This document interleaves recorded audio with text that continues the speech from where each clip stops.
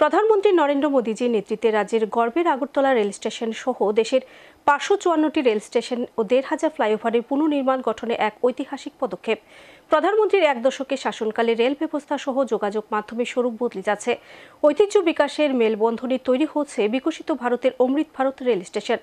Agartala rail station ৪১,০০০ কোটি টাকা ব্যয়ে আগরতলা রেল স্টেশন সহ দেশের ৫৫৪টি রেল স্টেশন ও ১,৫০০ ফ্লাইওভারের পুনর্নির্মাণে প্রধানমন্ত্রী ভার্চুয়াল ভিত্তিপ্রস্তর স্থাপন অনুষ্ঠানে বক্তব্য রাখতে গিয়ে এমনটাই বললেন রাজ্যের মুখ্যমন্ত্রী ডক্টর মানিক সাহা।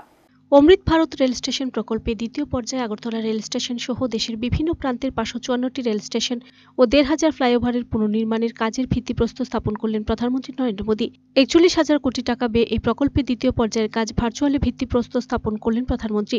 সোমবার আগরতলা বাধারঘাট রেল স্টেশনে প্রধানমন্ত্রী ভার্চুয়াল ভিত্তিপ্রস্তর স্থাপন অনুষ্ঠানে প্রধান অতিথি হিসেবে উপস্থিত ছিলেন রাজ্যের মুখ্যমন্ত্রী ডক্টর মানিক সাহা। এছাড়াও ছিলেন কেন্দ্রীয় প্রতিমন্ত্রী প্রতিমা ভৌমিক, স্থানীয় বিধায়িকা মীনা রানী সরকার সহ রেলের উচ্চপদস্থ আধিকারিকরা। আগরতলা রেল স্টেশনে আয়োজিত অনুষ্ঠানে বক্তব্য রাখতে গিয়ে মুখ্যমন্ত্রী বলেন, এই প্রকল্পের মাধ্যমে আগামী দিন আগরতলা রেল স্টেশন বিশ্বমানের তৈরি হবে। এর জন্য খরচ হবে ৪৮ কোটি টাকা।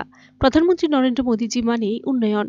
আগে উত্তর পূর্বাঞ্চলকে অবহেলা করা হয়েছে, আর এখন মোদীজির এক দশকের শাসনকালে রেল ব্যবস্থা সহ যোগাযোগ মাধ্যমের স্বরূপ বদলে যাচ্ছে। ঐতিহ্য ও বিকাশের মেলবন্ধনে তৈরি হচ্ছে বিকশিত ভারতের অমৃত ভারত রেল স্টেশন। এই রেল স্টেশনটি রাজ্যবাসীর জন্য আগামী দিনে অত্যন্ত সহায়ক ভূমিকা পালন করবে। তিনি আরও বলেন, প্রধানমন্ত্রী প্রতিনিয়ত নতুন নতুন জিনিস উপহার দিচ্ছেন দেশবাসীকে। প্রধানমন্ত্রীর একটাই ভাবনা, মানুষের জন্য কাজ করা। মোদীজির প্রচেষ্টাতে ত্রিপুরার ভবিষ্যৎ আগামী দিন বদলে যেতে চলেছে।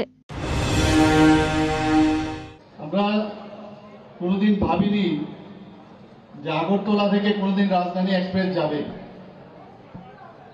আমরা কোনোদিন ভাবিনি এখান থেকে প্রায় ১৭ থেকে ১৮টা এক্সপ্রেস ট্রেন যাবে।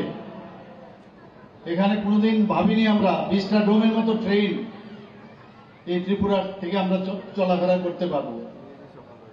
এখান থেকে কোনোদিন ভাবিনি যে মণিপুর পর্যন্ত ট্রেন আগরতলা থেকে যাবে।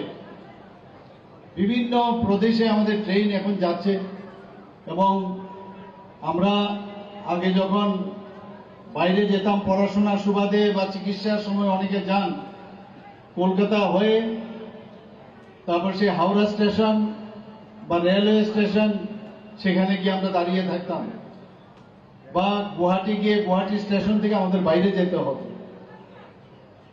এখন সেই স্বপ্ন মাননীয় প্রধানমন্ত্রীজি সবসময় বলছেন, গ্যারান্টি আমি দিচ্ছি।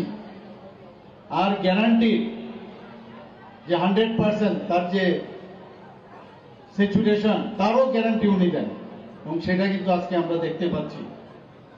আমরা এখানে অমৃত ভারত স্টেশন স্কিমে দুটো ফেজে আমরা দেখেছি যে অ্যাক্ট ইস্ট পলিসি, যেটা মাননীয় প্রধানমন্ত্রীজি বারবার বলছেন যে ভারতবর্ষ কোনোদিন ডেভেলপ হবে না, বিকাশ হবে না যতক্ষণ পর্যন্ত নর্থ ইস্ট ডেভেলপমেন্ট হবে না। আগে আমরা দেখেছি অটলজি শুধু ইস্ট পলিসি মানে লুক ইস্ট পলিসি উনি বলেছিলেন, তারপরে মাননীয় প্রধানমন্ত্রীজি আমাদের সবার প্রিয় নরেন্দ্র মোদীজি বললেন যে না, অ্যাক্ট ইস্ট পলিসি আমাদের করতে হবে এবং যেই রকম কথা সেই রকম কাজ। Video report search India.